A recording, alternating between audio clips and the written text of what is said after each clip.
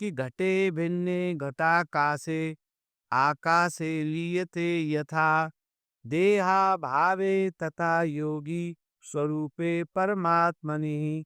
जैसे घट का नाश होने पर घटाकाश लटके भीतर का आकाश महाकाश में विलीन हो जाता।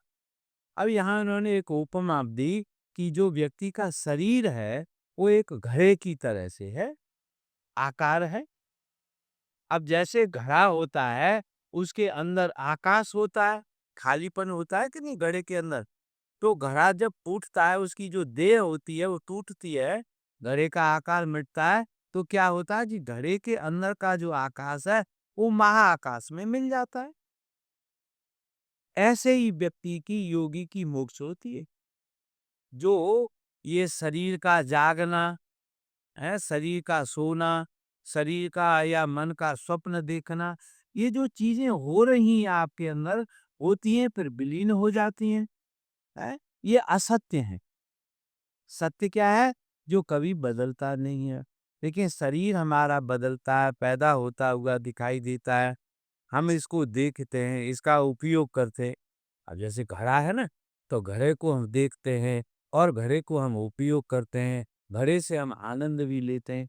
ऐसे ही ये हमारा आपका जो शरीर है, इससे आनंद लीजिए, लेकिन इसके टूटने पर दुखी मत हो। क्यों? कि कुछ बिगड़ा तो है ही नहीं। जो आपके शरीर का आकार है वो मिट गया और जो आपके अंदर उसमें जो आत्मा है, निराकार तत्व है, वो निराकार तत्व भी मिल गया। लेकिन व्यक्ति अपने को जब शरीर मान लेता है, मन मान लेता है, इंद्रियां मान लेता है, अहंकार मान लेता है, तब वो परेशान है ना। शरीर को मेरा है ऐसा मानने से दुख है, क्योंकि शरीर पैदा हुआ इसलिए मरता भी है, मन पैदा होता है मिटता भी है, अहंकार पैदा होता है मिटता भी है। यदि इनको हम मान लें, अपना स्वरूप मान लें, तो दिक्कत होगी। तो आपकी मृत्यु होगी, जन्म होगा, दुख होगा, सुख होगा, सब भाव कर्म होंगे, विचार आपके होंगे, भाव आपके होंगे, और भाव विचार कर्म जैसे होंगे वैसा आपको बंधन भी लगेगा। लेकिन वास्तविकता क्या, अध्यात्म क्या कहता है? अध्यात्म कहता है कि शरीर करता है, शरीर ही भोगता होगा, मन विचार करता है इसलिए मन ही उसका जिम्मेदार होगा, अहंकार कुछ करता है तो उसका वो जिम्मेदार होगा। जो इसके पीछे दृष्टा है, जो इसके पीछे इनको सबको जीवित रखने में मदद करता है, जिसमें से ये सब पैदा होते हैं और उसी में वो विलीन हो जाते हैं। उस जो स्थायी आत्मा है, परमात्मा है, ब्रह्म है, उसको जान लेने से कि आपको जो शरीर और देह के मिटने से इनसे दुख नहीं होता। समझ रहे हैं ना? अगर हम अपने को साकार मानते हैं, आकार वाला मानते हैं, तो आकार तो मिटेगा और मिटेगा तो फिर आपको दुख होगा।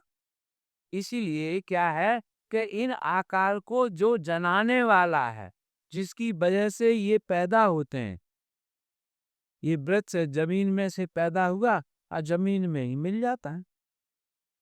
तो आपका जो अहंकार है वो पैदा होता है, और अहंकार क्या है? मैं शरीर हूँ, मैं मन हूँ, मैं ऐसा हूँ, मैं वैसा हूँ। जो ये उपाधियां आपके ऊपर आ जाती हैं, तो ये आपके स्वरूप को ढक लेती, और जो स्वरूप ढक जाता है तब आपको अरूप में आपकी स्थापना हो जाती है, अरूप में आप बैठ जाते हैं और उसको ही अपना सत्य स्वरूप मानते हैं। और इस आकार वाले शरीर मन ने इंद्रियों ने आपका जो सत्व है, आत्मा है, उसको ढक लिया है। तो इस प्रकार से हमको दुख होता है, ज्ञानियों को दुख नहीं होता।